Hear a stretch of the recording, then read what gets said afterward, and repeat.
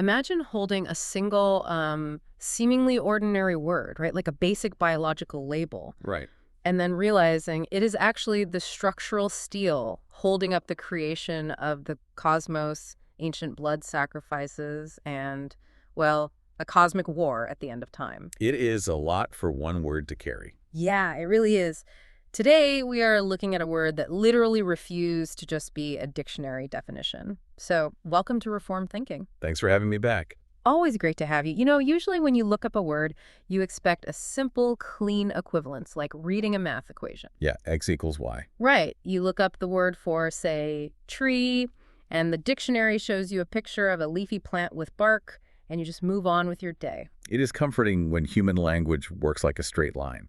We want words to be simple tools for pointing at things in our immediate physical environment. But then you step into the world of ancient Greek linguistics, and, well, suddenly that simple dictionary breaks down. Oh, completely. We are looking at a lexical landscape with massive weight to it. I mean, we literally have a stack of ancient Greek lexicons sitting here on the desk today. We do. Liddell and Scott, DDAG, the theological dictionaries. Yeah, grammatical treatises, Septuagint references, commentaries. It's a lot of paper, and all of them are focused entirely on one ancient Greek word. Just one. The word is ārsēn, pronounced Arsēn, along with its older Attic form, arrēn or arrēn. Which on the surface translates simply to male. Right, just male. Yeah. But our mission today is to investigate how this specific sequence of letters operates as a hidden blueprint. It's fascinating. For you listening, while Greek grammar might sound dry at first, you are about to see how this specific word connects the book of Genesis, the strict laws of ancient Israel, the arrival of a Messiah, and a really bizarre apocalyptic vision in Revelation. Let's start by looking at the secular classical usage of the word first. Yeah, let's do that. Because before we can see what the biblical authors did with Arsēn, we have to establish its baseline in the broader Greek world. Linguistically, Arsēn specifically denotes the male gender, standing in direct contrast to the Greek word thēlys, which means female. Okay, let's pause on the grammar for just a second because the lexicon throw around some technical terms here. They do, yeah. They list the genitive form as arsenos and the neuter form as ārsēn. For those of us whose high school grammar classes are a very distant memory, what are we actually looking at? That is a great clarification to make. So in Greek, nouns change their endings based on how they are used in a sentence. The genitive form is basically the equivalent of adding an apostrophe S in English. So it shows possession. Right. It shows possession or origin. So arsenos means of the male. Got it. And then the neuter form is a gender category. Greek nouns can be masculine, feminine, or neuter. Think of neuter like calling a ship it instead of she. It's just a grammatical classification. Okay, that makes sense. And then there is the Attic form you mentioned earlier, arrēn. Attic is simply a specific regional dialect, the Greek spoken in and around ancient Athens. Like a regional accent. Exactly. It is like the difference between Texas English and Boston English. The spelling shifts slightly, but the core meaning remains. Okay, that helps ground it. Now, the root concept of this word is what I find so fascinating. The lexicons indicate that it implies being stronger for lifting. Yes, the etymology points directly to physical capacity, and we see this reflected heavily in how classical Greek authors used the term outside of any biblical context. Right. Remember, the ancient Greeks lived in an agrarian, pre-industrial society. Survival depended on raw physical muscle. You're talking about plowing hard ground, fighting hand-to-hand combat with heavy bronze armor. Yeah, constructing stone buildings without modern machinery. The word Arsēn carried the conceptual baggage of that brute physical exertion. That makes total sense. They are tying a biological category to the literal sweat and muscle required to keep a city-state functioning. Yes, and they actually took that idea to some poetic extremes. The playwright Sophocles uses Arsēn metaphorically to describe the crashing of the sea. The sea? Yeah, he calls it a mighty or masculine crash. He takes a biological term and applies it to the raw, kinetic force of the ocean slamming against the rocks. Wow. Euripides uses it in a similar way to mean masculine and strong when describing heroic actions. Aristophanes even applies it to categorize the gender of certain forceful nouns. I look at this like categorizing heavy machinery, right? Okay, yeah. You don't just call a massive earth-moving dump truck a vehicle. You specify its payload capacity, its horsepower, its structural might. Right, you need to know what it can do. So the ancient Greeks linked the concept of male with physical labor and structural capacity. But I'm stuck on something here. What's that? If the secular Greek world used this word to describe brute force, like a chaotic, crashing ocean wave in a Sophocles play, Wow. did the biblical authors adopt that chaotic mentality when they borrowed the word? That is a crucial question. Because the God of the Bible is usually presented as a God of order, not chaos. Right, and the texts show us that the biblical translators did something highly deliberate. When Hebrew scholars translated their scriptures into Greek, a translation known as the Septuagint, they needed a Greek equivalent for the Hebrew word zakar, which means male. So they chose Arsēn. They chose Arsēn, but they harnessed the definitive categorical nature of the word while stripping away all the mythological chaos of the crashing sea. They took the raw material of the Greek language and disciplined it. So they took a word that described raw force and used it to define deliberate design. Precisely. We see this immediately at the dawn of the narrative in Genesis chapter 1, verse 27, and again in Genesis 5, verse 2. Male and female, he created them. Arsēn and thēlys. It is the biological binary right there on page 1. Yep. And it shows up again in the Noah's Ark narrative. Genesis chapters 6 and 7 use Arsēn repeatedly regarding the preservation of the animals. They are brought onto the ark, male and female. It is a very systematic use of the word. Yeah, you have this massive logistical crisis, a global flood, and the only way to ensure the continuation of life is to preserve this specific binary framework. The word is operating as a rigid biological categorization. And that biological categorization is treated as an unalterable reality. The physical world is structured in this specific way by a creator. Right. The word Arsēn is not a fluid cultural concept in these texts. It is a fixed point of reference. The structure of human and animal life requires this specific biological distinction. Which brings us into the New Testament application. We see this play out vividly in Matthew chapter 19 and Mark chapter 10. The cultural context here is so thick. Oh, it really is. The Pharisees approach Jesus, and they are trying to trap him in a complex legal debate about divorce. Yeah, the religious leaders of that day were deeply divided on the issue of divorce. You had competing rabbinic schools, the school of Hillel and the school of Shammai. Two very different ways of reading the law. Very different. They were constantly arguing over legal loopholes, technicalities, and historical precedents.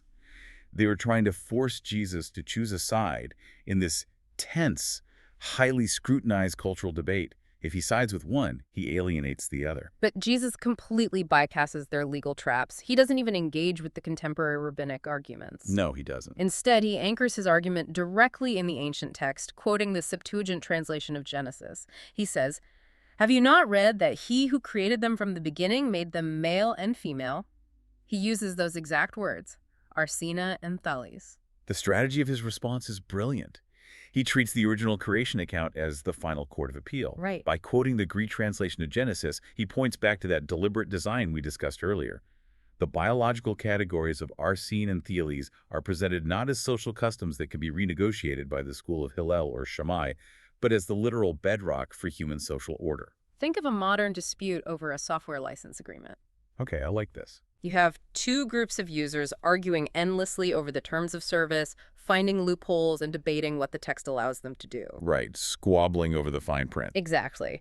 But instead of arguing over user interpretations, the original software developer steps in, opens up the base code of the program, and points to the unalterable binary framework that makes the software run in the first place. That is a great analogy. Jesus uses the objective biological reality of creation, the Arsēn and the thēlys, to explain the entire design of marriage. The base code dictates how the program functions. In the worldview of the biblical texts, the biological reality of Arsēn is a divine objective mandate.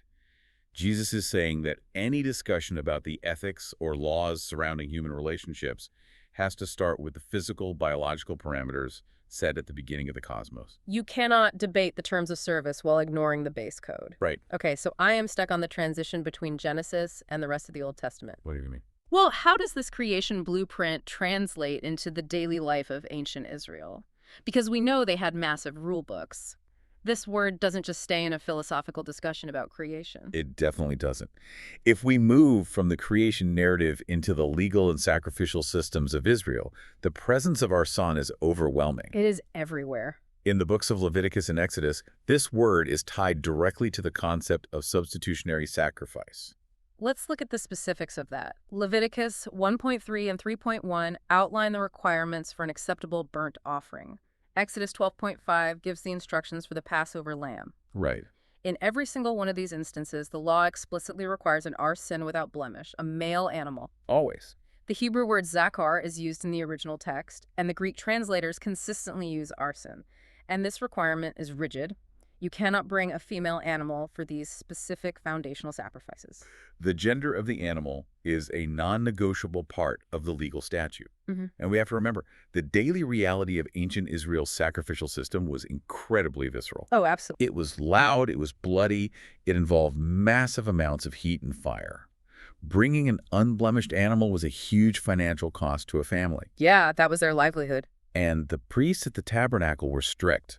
If you brought a sheep with a defect, or if you brought a female sheep for a burnt offering, it was rejected outright. Which leads me to a massive question here. Go for it. Why? Why focus so specifically on the gender of the sacrifice? I mean, functionally, blood is blood, right? You would think so, physically speaking. Could an unblemished female animal not cover guilt just as well? Why is the gender of a sheep suddenly a massive theological requirement? This raises an essential theological concept. The idea of a substitute acting as a federal head. Okay, federal head. Let's break that down for a minute because that's a pretty heavy term. Sure. A federal head is a representative whose actions legally bind an entire group. Think of a labor union representative. When the union rep signs a contract with a corporation, every single worker in that union is bound by the terms of that contract, even if they didn't personally sign it. The representative acts on their behalf. Right. Or think of an ambassador declaring war. The ambassador speaks, and the whole nation goes to battle. Got it. So one person's status covers the whole group. Right. In the ancient Hebrew mindset, the male, the ārsmoon, often represented the whole. Think back to the Garden of Eden narrative. Or with Adam. Yes. No. Adam, the first ārsên, acts as the representative for all of humanity. When he rebels, the entire human race falls with him. He is the federal head of humanity. Okay, I follow. So the requirement of a male animal in the sacrificial system wasn't arbitrary. It was a highly specific theological shadow pointing toward a future reality. So by requiring the ārsên sacrifice, the law created a consistent, repeating pattern over centuries. Every time a worshiper brought a male lamb, they were participating in a visual prophecy. Yes, they were looking forward to a human representative, a new head of the human race, who would act as the ultimate substitute to fix what the first ārsên broke. And that brings us to an incredible moment in the Gospel of Luke. Luke chapter 2, verse 23. A huge pivot point.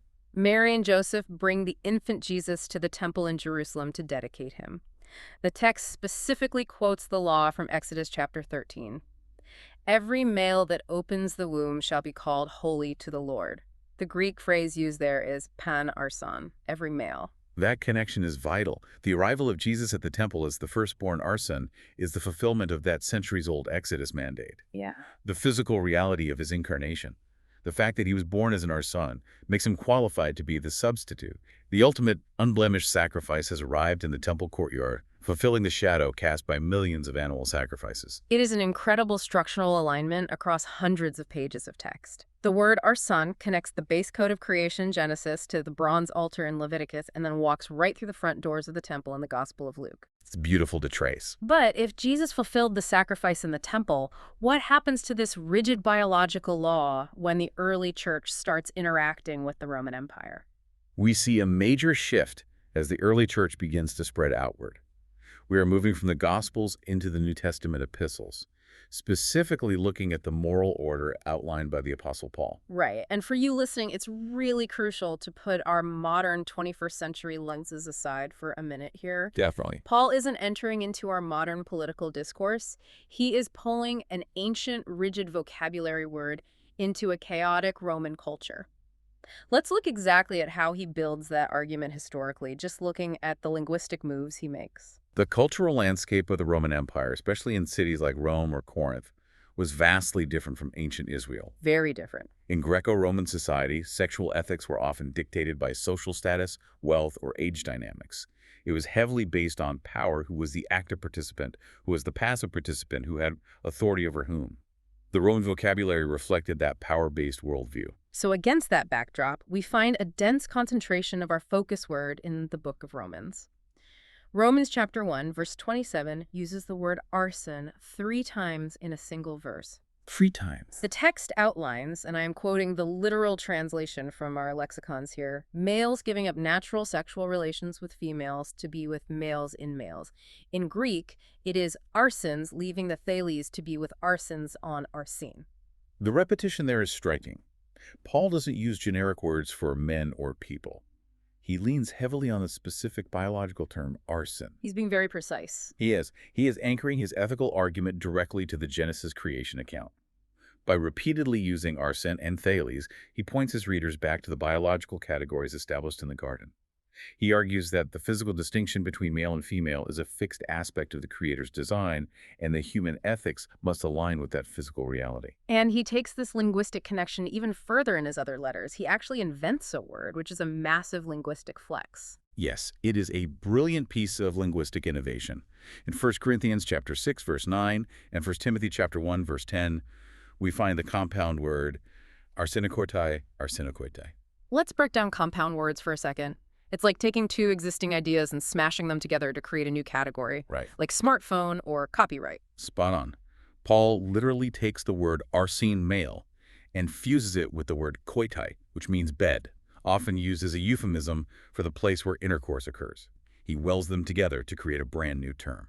So when the early church read the word arsenokoitai, what did they hear? I mean, why did Paul invent a word at all? That is the crucial question. The Roman Empire was vast. They had existing cultural terms and slang for all kinds of sexual activities.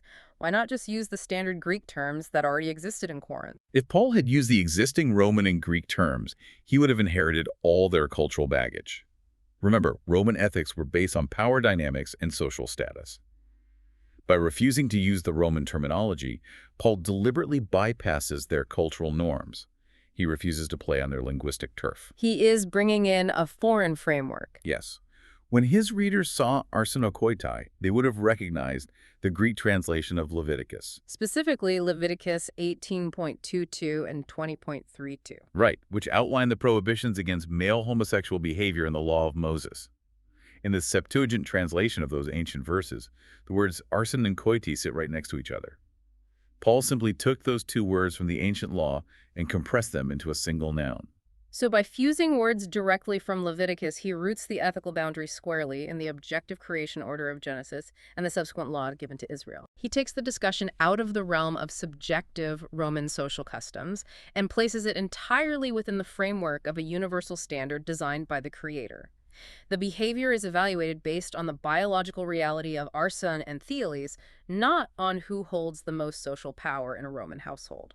So we see Arsēn functioning as a rigid, defining category for the physical world, for the sacrificial system, and for moral ethics. But wait, this creates a massive problem when we turn to another one of Paul's letters. It does. In Galatians chapter 3, verse 28, Paul is discussing salvation and faith in Christ. And he writes this famous line, "There is no male and female." He uses the exact same Greek words, Arsēn and thēlys. There is no Arsēn and thēlys. It is a stunning statement, especially after everything we just covered. I am genuinely stuck here. How so? In Romans, Paul argues that the physical distinction between male and female Arsēn and thēlys is a rigid reality that dictates moral law. He anchors human ethics to the physical body. But here in Galatians, he says, there is no male and female. How do those two ideas exist in the same theology without colliding? How can the category be absolute in Romans and non-existent in Galatians? To resolve that tension, we have to look at the historical context of what Paul is addressing in Galatians. He is dealing with a group known as the Judaizers. The ones arguing for circumcision. Right. They argue that to become a Christian, you first had to become Jewish, which meant adhering to the physical markers of the law, like circumcision. In the ancient world, access to God was heavily restricted by physical categories. We talked earlier about the temple in Jerusalem. That physical space was literally segregated by categories. Right. Herod's temple had actual walls and warning signs. Literally carved in stone. There was the court of the Gentiles on the outside, then moving inward, the court of the women, then the court of the Israelites, meaning the men, the Arsēn, and finally the court of the priests. Your physical biology and your ethnic lineage determined exactly how close you could get to the physical presence of God. Within the Jewish law, the Arsēn held a specific, privileged position regarding religious duties and representation. But in Galatians, Paul is addressing the mechanics of justification, how a person is made right with God. Right. He declares that faith in Christ completely bypasses all of those physical prerequisites. Think of it like triage in a hospital emergency room. Okay, another analogy. Let's hear it. If you were brought in from a massive car wreck, the trauma surgeons don't check your tax bracket, your zip code, or your biological demographics before they start applying the defibrillator. The emergency bypasses all earthly structures. The mechanics of saving your life are applied equally because the need is universal. That is a highly accurate analogy for Paul's argument. The physical reality of Arsēn dictates earthly order, family structure, and ethical behavior, as we saw in Romans, is a biological fact of creation that still stands. Right. But when it comes to standing before God, forgiven and justified, the ground at the foot of the cross is entirely level. The category of Arsēn grants you zero special privilege in acquiring salvation. Right. The biological distinctions remain real in the physical world, but they are rendered completely obsolete as a means of earning divine favor. The physical blueprint does not limit the reach of grace. Okay, we have traced this word from the crashing waves of classical Greek poetry, through the Garden of Eden, onto the altar of the tabernacle, into the ethical debates of the early church, and to the level ground of grace. It is a massive historical sweep. It really is, but the story of Arsēn doesn't end in the first century church. It culminates in an apocalyptic vision. We find our final textual destination in the book of Revelation. Apocalyptic literature is highly symbolic, full of vivid imagery. In Revelation chapter 12, the Apostle John has a vision of a woman clothed with the sun who is about to give birth. Let's look at the specific wording in verse 5. It says, "She gave birth to a male child. A terrifying dragon is waiting to devour him, but the child is snatched up to God and to his throne, destined to rule all the nations with a rod of iron." The Greek phrasing used here is huon arena. Hua means sun, and arena is the Attic form of our focus word, Arsēn. Okay, the Athens dialect again? Exactly. But the lexicons point out a grammatical anomaly here that is really significant. The word Arsēn is used in the neuter form, and it is placed in apposition to the masculine word for sun. Let's translate the grammar terminology again. Apposition, that's when you put two nouns side by side to define the same thing, right? Right. Like saying, "My brother, the doctor." You are giving a specific title to the first noun. Yes.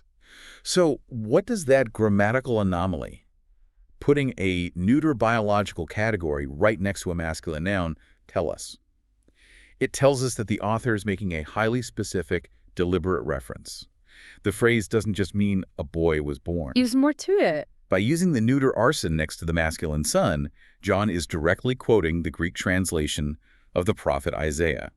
Specifically, Isaiah chapter 66, verse 7, which prophesies the exact same phrasing of delivering a male child. I liken this to a highly specific royal title. If a news anchor announces that the prince has arrived, that is a general statement. Right, it'd be anyone. But if they say, "His Royal Highness, the Prince of Wales, Duke of Cornwall has arrived," that specific string of titles identifies a very particular historical figure. It is not just a boy, it is the male child. It is the promised specific offspring.